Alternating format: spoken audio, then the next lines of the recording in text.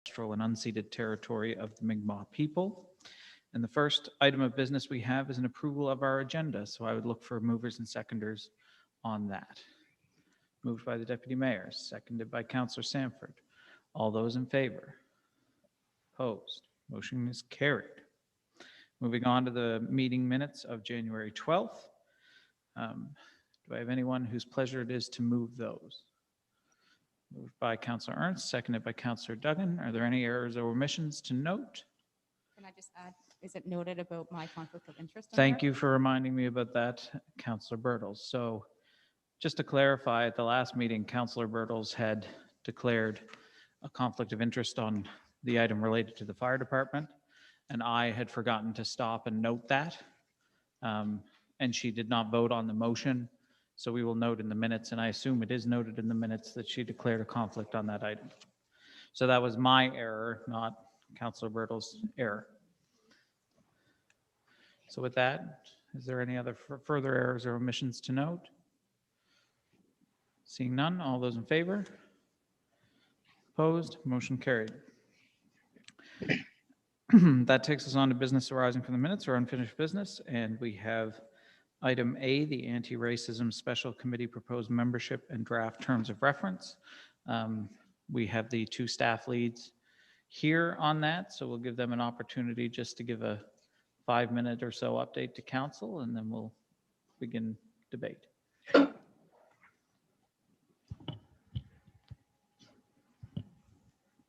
Good evening, Your Worship. So what we have here tonight, this report is a short report that just basically summarizes coming out of the council meeting of August 25th. We were asked to establish an anti-racism special committee. Then post, we came back to council with a list of what the proposed membership should look like, which was approved, and then we went ahead to issue the invitations for people to fill those slots that fit the criteria we were looking for. So we're back with a draft terms of reference and a proposed membership list for that committee. I just have to note that I do have, when we get to the committee membership, I do have attached some application forms for all of the proposed members and advisors, with the exception of one. I wasn't able to get a form from one of the proposed members, but I can go through that when we get there. So the first item we have is the draft terms of reference. It's fairly brief. It's 3 pages, and it's essentially pulled from the report of August 25th that was approved by council previously. So we have the purpose of the committee to the town of Lunenburg is committed to supporting equity, diversity, inclusion, and dignity of all people. To this end, Lunenburg Town Council has established an anti-racism special committee with particular emphasis on anti-Black and Indigenous racism. And most of this verbiage was pulled directly from the motions. The, oops, jumped ahead on me.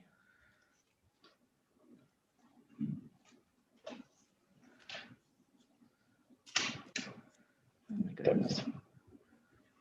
So the responsibility of committees are 2 key ones. The main one being to develop a municipal action plan for ending racism and discrimination with an emphasis on, but not limited to, anti-Black and Indigenous racism, including, and we have a number of items there. Again, you would recognize these from the previous report. And to review and consider the town becoming a member of the Canadian Commission for UNESCO's Coalition of Inclusive Municipalities and make a recommendation to council accordingly. So next we have the breakdown of the membership. So we were looking at 8 voting members, 2 town councilors, one of which she'll chair, and Councillor Melissa Duggan was nominated as chair on November 17th, I believe, and Councillor Peter Mosier, or sorry, Deputy Mayor now. 2 citizens at large who have knowledge or expertise in African, Nova Scotian, or Indigenous affairs.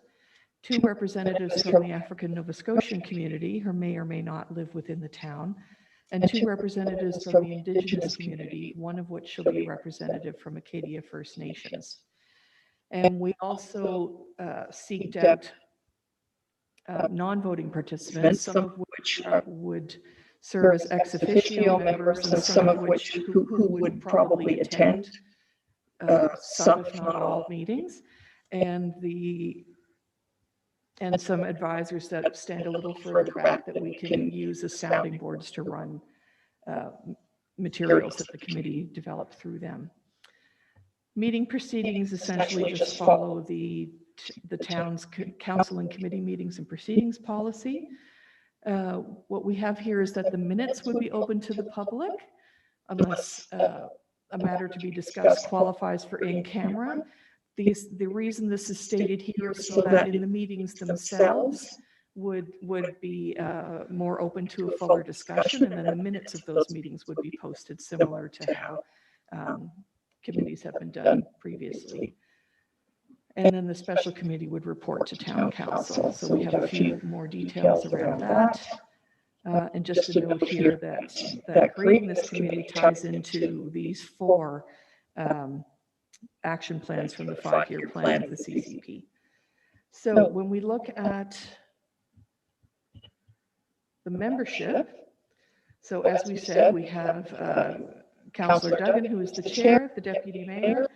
The 2 citizens at large that are proposed are Alden Darville, who is a member of the Indigenous community, and he is with Eurocenters Atlantic Canada. He's our usual contact with them. And he has in fact won some Indigenous Business Awards. Now, his is the form that I'm missing, so I do apologize for that. We've been back and forth on it a bit. The second person is Jaron, oh my goodness, I'm sorry, I'm not going to say his name correctly, from Harborview Haven. He is someone that we may have come into contact with, as he is a nurse at Harborview Haven, and he is the head of the Lunenburg Cricket Club. So he is a new immigrant, a new Canadian. He just received his citizenship this summer. So we thought that was an interesting perspective to include. Rebecca Fisk and Sandra Vernon are both representatives of the African Nova Scotian community. Rebecca lives in Mahone Bay and Sandra lives here in Lunenburg. She was previously with Second Story Women's Center, so some of you may know her from there. For the Indigenous community, we have Stephen Labrador, who many of us know that live here in town. And Stephen and I both have been in pretty frequent contact with the Canadian First Nation. They had an election after hours, and they had assigned choosing a representative to their deputy mayor, but we're still waiting to get a name. We know one is coming, but we just don't have it yet. As far as the ex officio members go, Shavaz would not be with us the entire, oh no, I'm sorry, that's from African Nova Scotian Affairs. So she's very engaged with this process and very familiar with it. Peter Luxak, who's asked to be involved kind of in a personal capacity, because he has quite a bit of experience working in Aboriginal law. Megan Muldrum, that's the one I meant, was not here with us for the full year, but she's actually doing her thesis on this very thing. Yvonne Mosley, many of us know as well. She works extensively with the Indigenous community. And the mayor, of course, is always an ex officio to any town committee.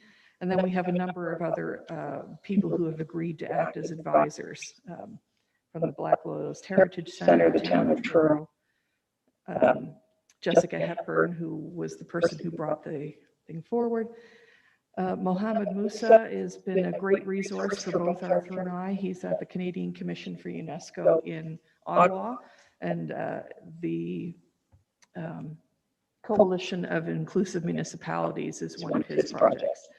And then Celeste Sullivan from Treaty Education at the Office of Aboriginal Affairs. So it's quite an interesting group. So their application forms are all attached. Actually, I believe the ex officio members got listed first instead of the members. And that's it. So we're hoping that we can get this approved and move on with beginning the work of the committee. Thank you. Thank you, Heather, and I'll look to council to see if it's anybody's pleasure to move the draft motion that is listed. Councillor Duggan has that honor as the committee chair, and will allow the deputy mayor to second it as the other committee member. Is there any discussion or debate on this motion? Councillor Halverson. First off, good work on everyone trying to getting these very qualified people in. Looks like it's going to be a good group. I did have one concern just about, it's less about the composition of who was selected and more about how the terms of reference were phrased here. Sorry, I'm just going to pull it back up and try to find where I was at. There it is. When I look at, oh, there it is. Okay. The composition, I understand that council decided to put a focus on Black people, Indigenous and people of color. But when I see here also it says we're supposed to be inclusive. It seems to me by focusing just on two specific groups, we're actually defeating our own an initiative. And I have no issue with anyone. It seems like we have a good diaspora of people here. We're all very qualified, but I do feel like perhaps the verbiage we're using here should change in the composition. We'll give an opportunity for staff to respond. Yes, thank you for that, Your Worship.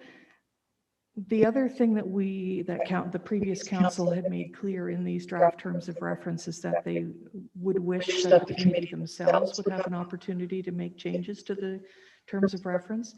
So it may very well be that when we put this in front of the committee, when we have them as a group, that may be something they could address. Thank you. Thanks, Heather. Any further discussion or debate? Councillor Hills. Well, I'm just wondering, is there anything stopping us from doing that right now? I mean, when I look at the 8 committee members, I see 2 municipal councillors, 2 citizens at large who have knowledge or expertise in African Nova Scotian or Indigenous affairs, 2 representatives from African Nova Scotian community, 2 representatives from the Indigenous community, one of which should be from Acadia First Nations. Perhaps, one of those numbers or 2 of those numbers just could be adjusted so that it's, a member of, I don't know, like a group, a person of color, or some other frame of reference, just to be inclusive, so we can encompass more people in these terms of reference. Where else to go? We actually managed to include that with the inclusion of Jaron from Harborview Haven. He is from India and is now a new Canadian. So we were hoping to bring that perspective on board along with him.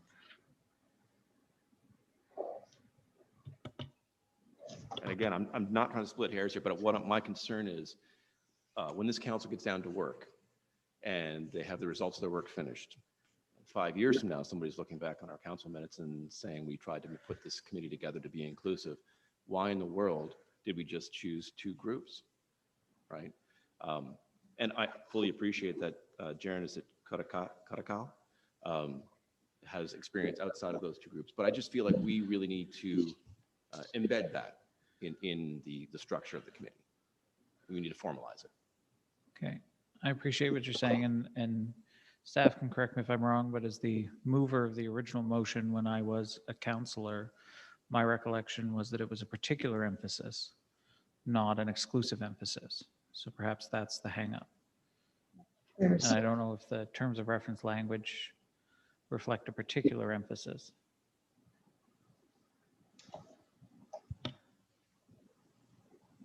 Thank you. Let's find it here. Thank you, Your Worship. There is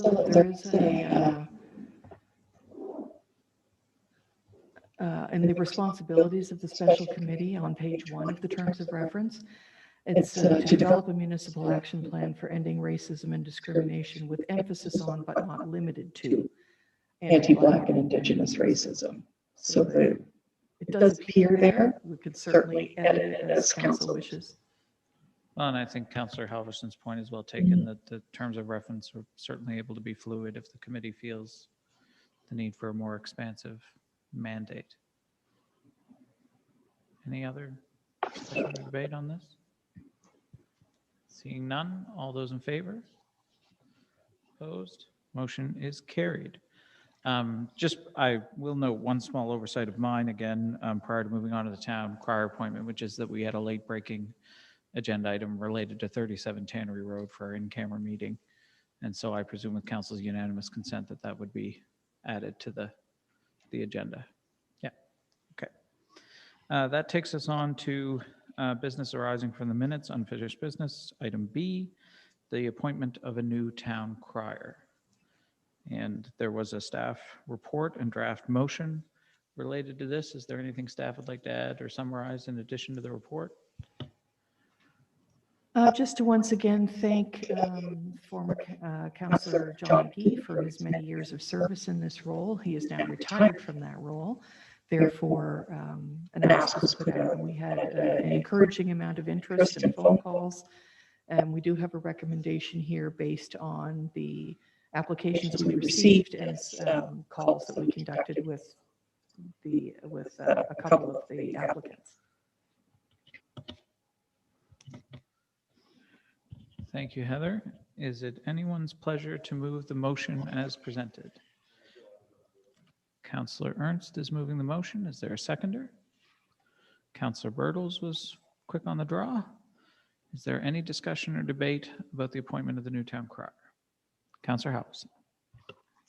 I just have a question regarding the term of this position. How have we set out? Do we expect him to be a 1 year, 2 year, 4 year? The reason I ask that is the town is investing as part of this, up to $1,500 here in wardrobe, and I'd hate to see we select somebody and then 6 months down the road they move out of town or they decide not to do the job, and then we've got to suit somebody else up who may not be suitable. So what's the term? Well, yeah, this is the first time we've done an open application. That's actually a good point, Your Worship. I don't believe we included that in here. It's as it is the first time. So generally what we've done is an open application process. We haven't done an open application process. This is, to my knowledge, the first time we've had an open call for applications, but in the past, our practice has been that the occupant of that office remains in that office until they no longer wish to be the occupant once appointed. So there's no fixed term. I mean, that's good for them, but as far as we go and providing that much money and laying out that much money for a costume, I would like to see that there's, he agrees to do it for a period of 12 months or 24 months and longer if he, up to his leisure, that kind of thing. Can we frame that? We can certainly request that of the applicant if we decide to approve. We can put that proviso into the motion. Okay. Do you have a particular amount of time? I'm assuming we can have it as a unanimous consent amendment, but. I would leave that up to council. I mean, I would propose, we want some kind of term. I would say, a minimum of a year. A minimum of 12 months? Yeah, I mean, I'd like to see more, obviously, but we have to allow the people's circumstances to change. I think that's flexible enough. That would be fair to whoever the successful applicant is. All right, so is that amendment granted with the unanimous consent of council? The appointment be for a minimum of 12 months? Okay, and staff have recorded that as an amendment. Then we will look for further debate on the amended motion. Is there any further debate on the amended motion? Seeing none, all those in favor? Opposed? Motion carried. That takes us on to external board committee appointments 2021. There are a few appointments which are available or upcoming. Some of them, longer than others or farther away than others, I should say. So I think this is an opportunity of any council. Some of them are council mandated and some of them we have in the past advertised for if no councillor wished to sit on those committees. So I'm just looking for direction from council. If there are anybody who particularly wants to stand for a particular appointment, and staff will record the appointment. Councillor Halverson? I'd like to stand for the Harbor Health Advisory Group. I understand we need 2 councillors on that. Yeah, we've been trying to figure out what to do with the Harbor Health understand, Advisory Group yeah. because they've reported. So I think we're going to bring that forward to a future meeting. But yeah, If needs be, I'm happy. if to needs, do so. I appreciate that. Yeah, right now we'll just focus on the ones that have a list, and we'll try to get that sorted by the February 9th meeting. Councillor Bertels? I could go on the Social Regional Library. Okay. So Councillor Bertels has expressed an interest in the Social Regional Library Board. Do I have someone to nominate her? So that, Deputy Mayor? Are there any further nominations for an appointment to the Social Regional Library Board? Seeing none. All those in favor of Councillor Bertels? Opposed? Motion carried. The one that, so we do have the Regional Emergency Management Committee alternate, and that has to be a council appointment. So is there any councillor who has an interest in doing that? I'm seeing Councillor Halverson. Any other councillors who have an interest in being the alternate for the Regional Emergency Management Organization? Councillor Sanford. We'll look for somebody to nominate Councillor Sanford and Halverson. Councillor Duggan. So we have 2 nominees. Our practice in the past has been to do this by election when there are 2 nominees, by secret ballot. Right. So if both of you are vying for the position. Yeah, glad I'm not the arm wrestler. That's great. Musical chairs, we could do that. No, in fact, you're allowed, you're permitted and required to vote as well. So we'll have staff issue ballots for an election for that position.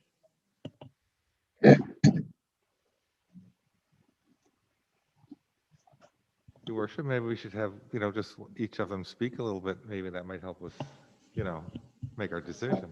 Okay, that's A few words. why that's you fair think- enough. If everybody Are you wants to tired make of it. hearing us speak? My God, man. Jeez.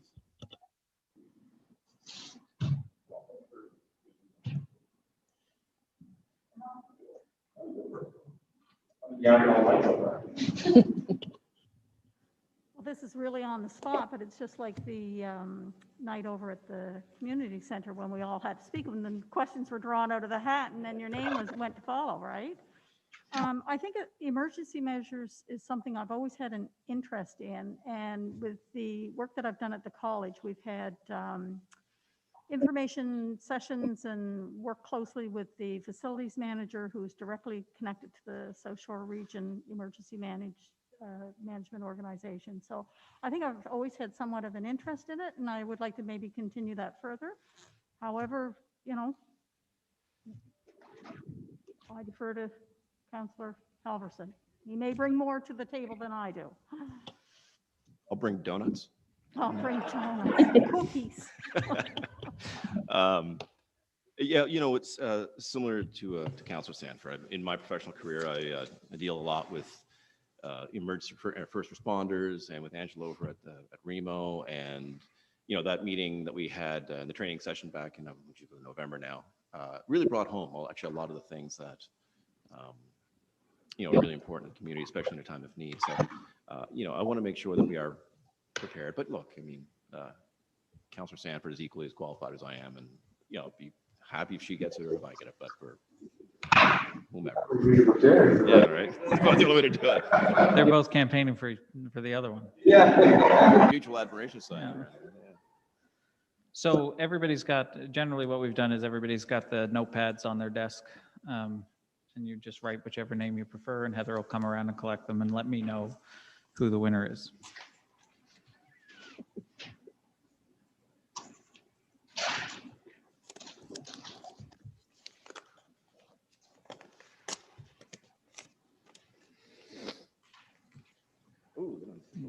Our very sophisticated ballot apparatus here. For these to be scrutinized. Did we check to see there's no ballot stuff in there before? CRO. And if somebody else can assist Heather, generally our practice is generally our practice has been to have 2 staff people do this, so Lisa, just to make sure. It's just good practice. I don't think it doesn't happen. This will probably be the last time it happens until deputy mayor next year.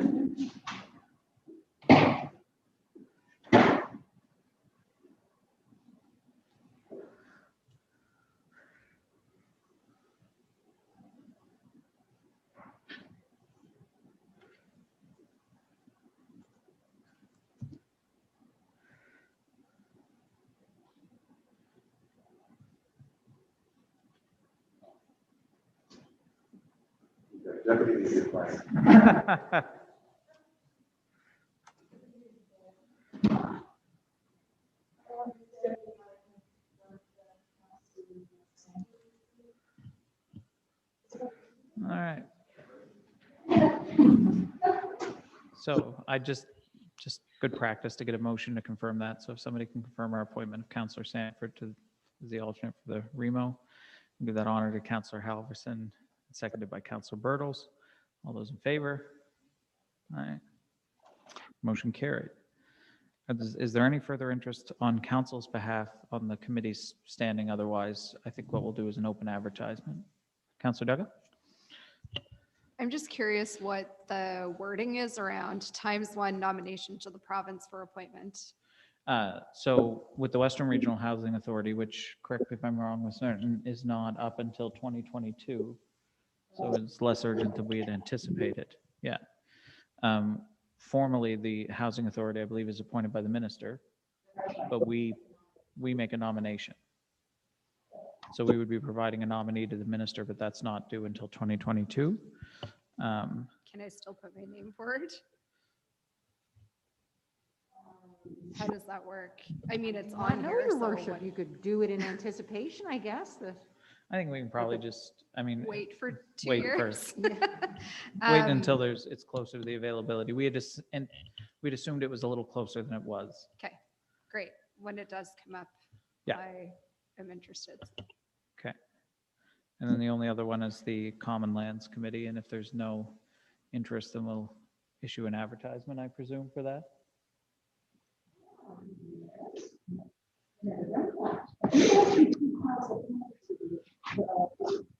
It is a statutory appointment, Yeah. so I would have to look into that with Mr. Burke's advice. I don't know if it is open for public nominations. Wasn't expecting this.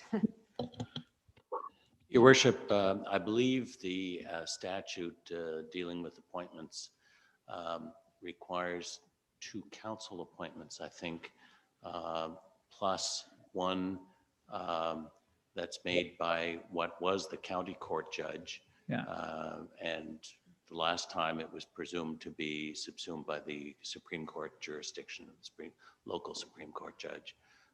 And I think the other 2 are named by the municipality of the District of Lunenburg.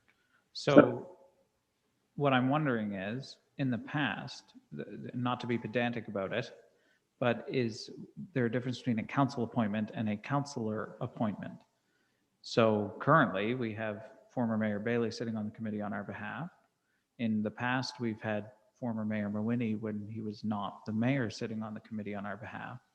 So maybe we can just defer that until the next meeting and verify what we're able to do there and what we're not. Yes, we will look into that. Your Thank you. worship. Unless there's any further. Okay. That takes us on to D, solar opportunities. There is a staff report and draft motion. I will allow roughly 5 minutes for that to be summarized. Thank you, Your Worship. Council had asked to have a memo brought forth on renewable energy projects. Basically, in my staff report, I've outlined some exciting stuff that the federal government is doing. In December, they released a commitment to strengthen their climate plan with the goal of becoming net zero in Canada by 2050. They're going to be investing $15 billion to achieve this. A lot of that investment is geared towards deep energy retrofits, municipal and community buildings,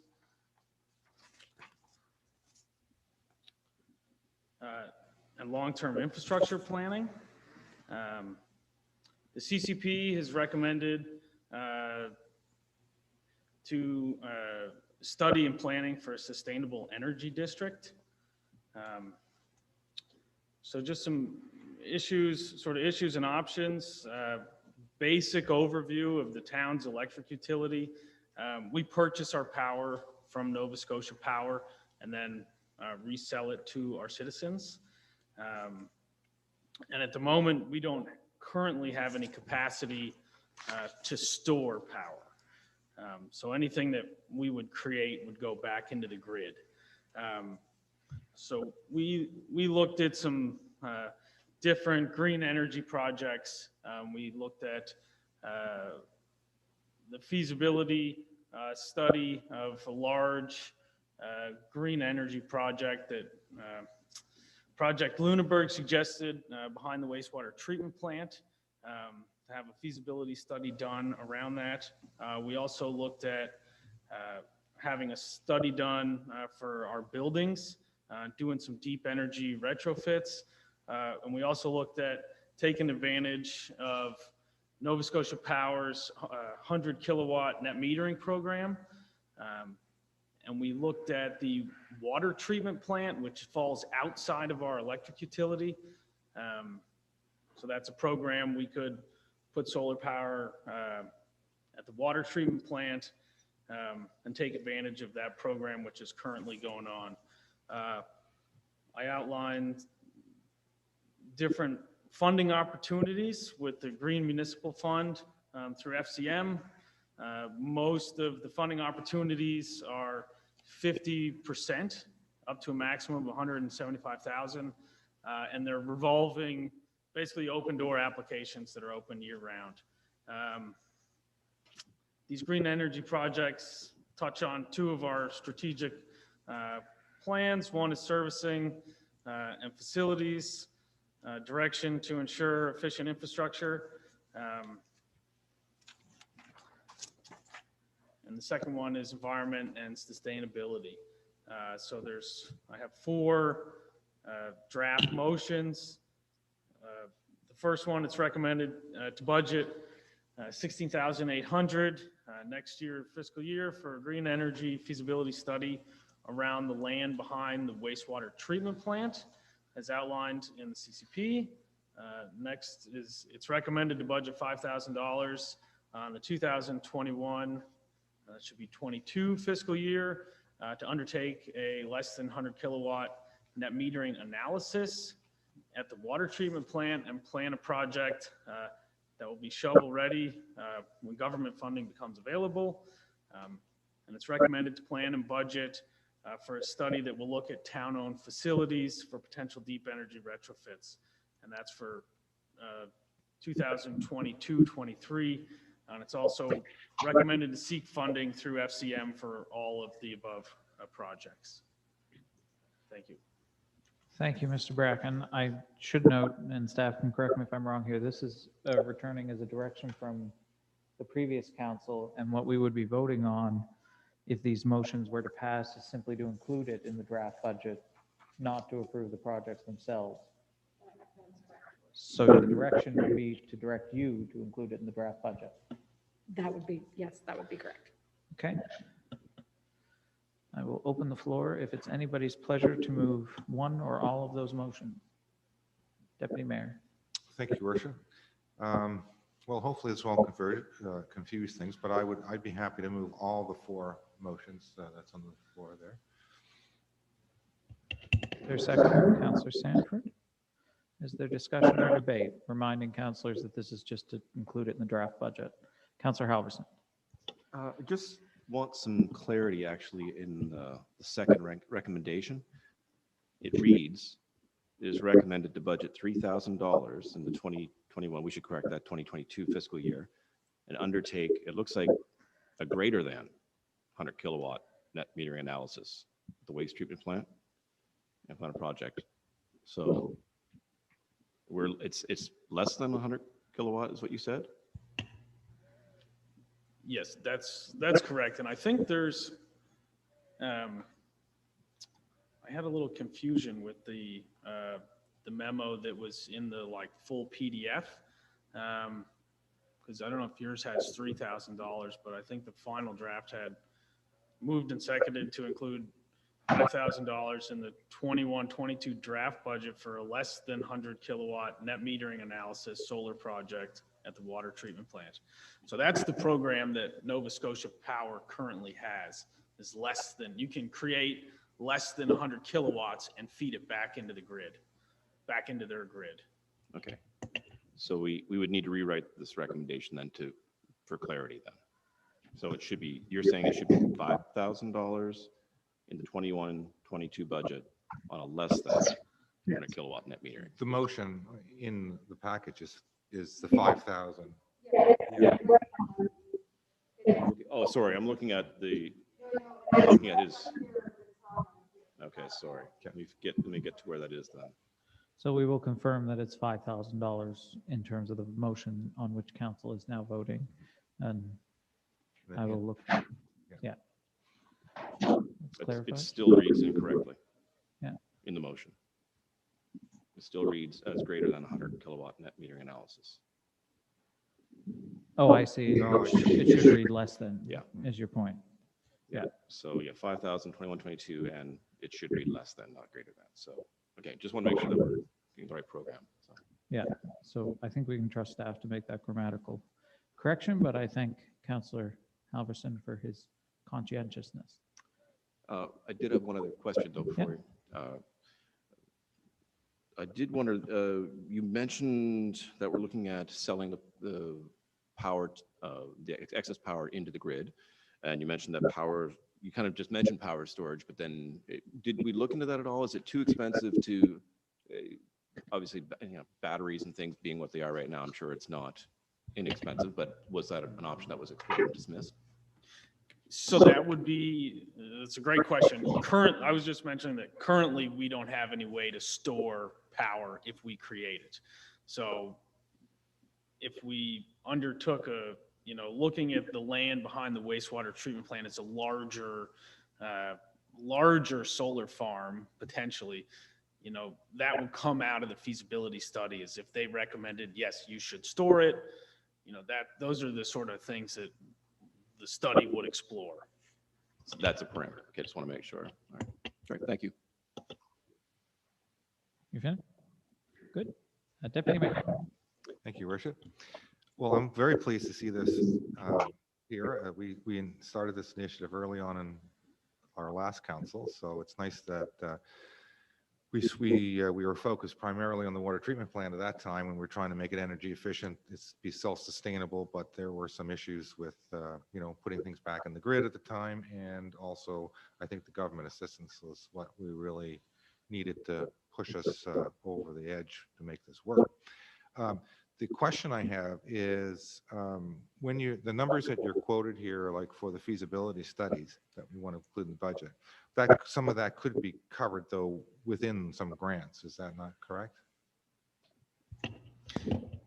Yes, and in my staff report, I included an outline of grants that we could apply for.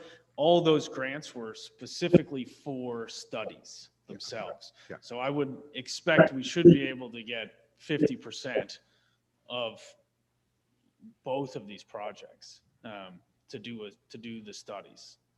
Good, you answered. That was my question about to what degree, so that's great. Yeah. Okay, thank you very much. That'll certainly help it move from draft to final budget.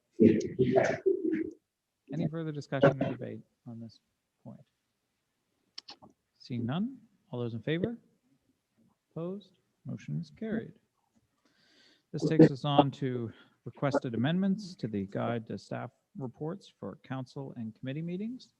So the guide has been amended through me in conjunction with the CAO. I'm happy to speak to it unless you'd want to. Wonderful, thank you, Your Worship. Yep. Principally, it's a series of minor amendments. One, to clarify what constitutes substantive matters being brought before the council table that require staff reports.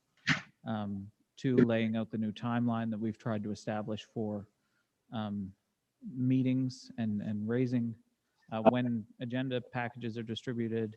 And three, providing a form for the right that staff have under Section 32 to provide alternative analysis when they disagree with that provided by the CAO. So that's fairly straightforward. There's also, as you will recall from our last meeting, some discussion about meeting timing and scheduling, and we've resolved, unless council has alternative direction, to basically keep doing what we're doing for 6 months and see where we get from there, if we'd like to revise the schedule or keep it the way it is. So that's basically the report, unless the CEO has anything to add. Thank you. That he has any concerns or questions. Perfect. Is it anyone's pleasure to move the draft motion that is provided? Moved by Councillor Bertels, seconded by Councillor Halverson, I saw. Second, is there any discussion or debate on the motion? Seeing none, all those in favor? Opposed? Motion is carried and the guide is so amended. We had 2 committee meetings, or 2 committees have met, and there are minutes there for information, but there are no recommendations or notices of motion. That takes us on to new business. The Lunenburg Academy Foundation Heritage Classroom renovations. There is a staff report and draft motion, and I will provide opportunity if there is any input beyond or summarizing what Arthur would like to provide. Thank you, Your Worship. We had a great presentation yesterday from the Lunenburg Academy Foundation, so that's all part of this project with regards to their heritage classroom. This memo is in front of council mainly because our lease agreement with the foundation outlines that any installation, alterations, additions, or petitions require the landlord's prior written consent.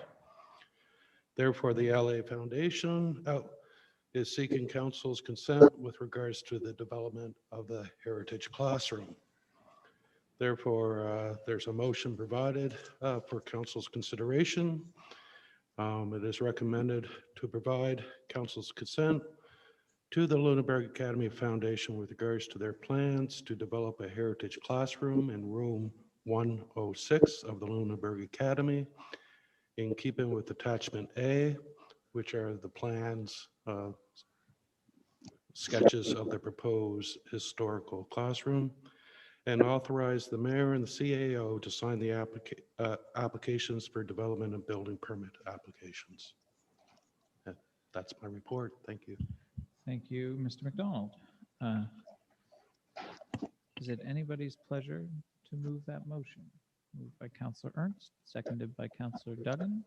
Is that a second, Councillor Duggan? Yeah. All right, the motion is now on the floor. Is there any discussion or debate? Seeing none, all those in favor?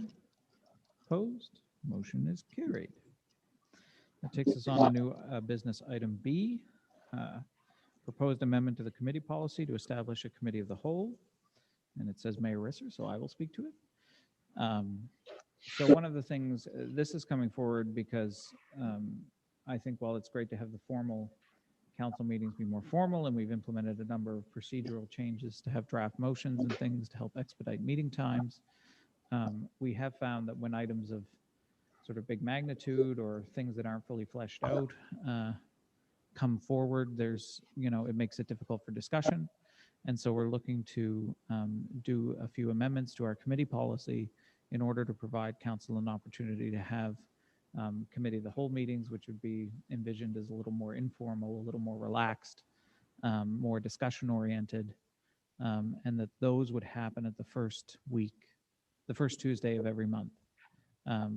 So the motion is to direct staff, principally Ms. Renton, to make the necessary amendments to the committee policy for that to occur, and then to approve those amendments to proceed on the basis of having a committee of the whole.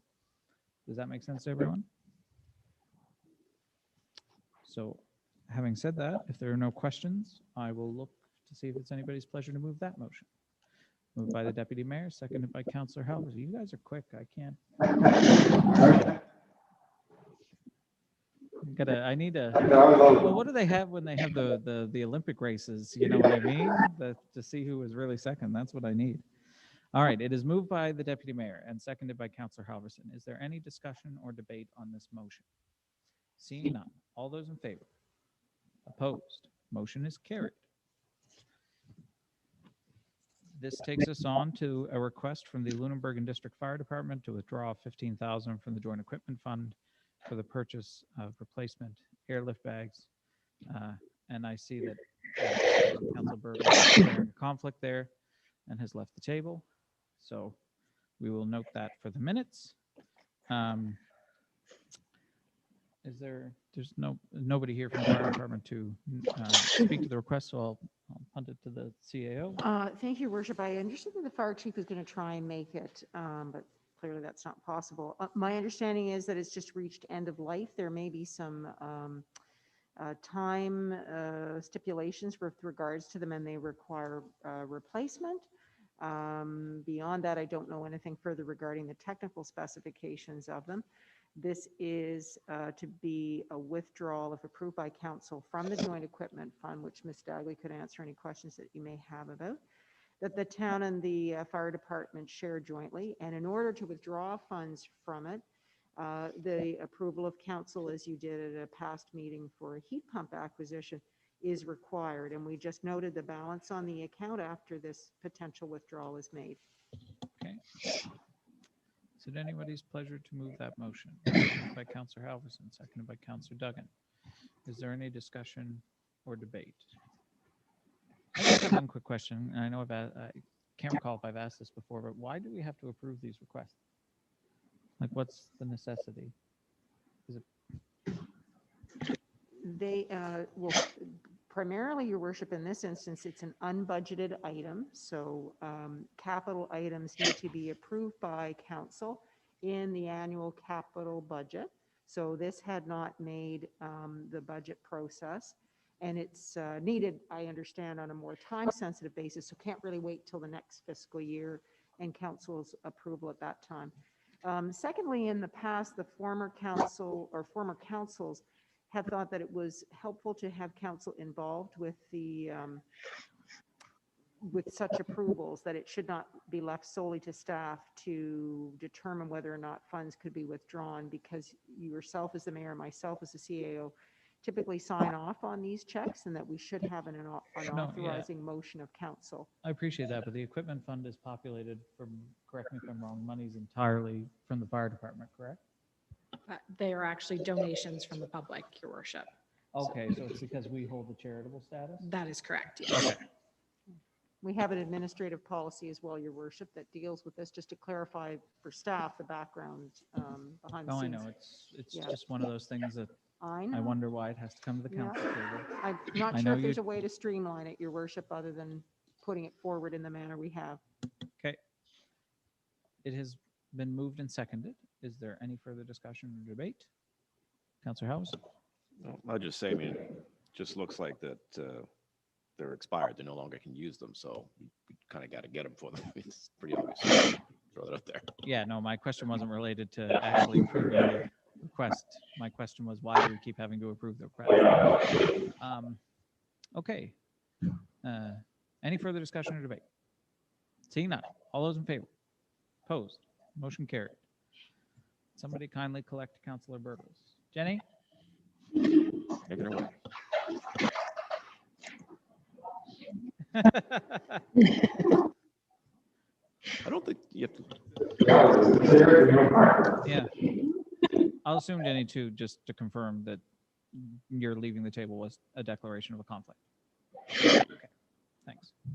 So that takes us on to item D, a late-breaking request from the community garden for the town to apply for a TD Bank grant request for a gardening project, and I will look to staff.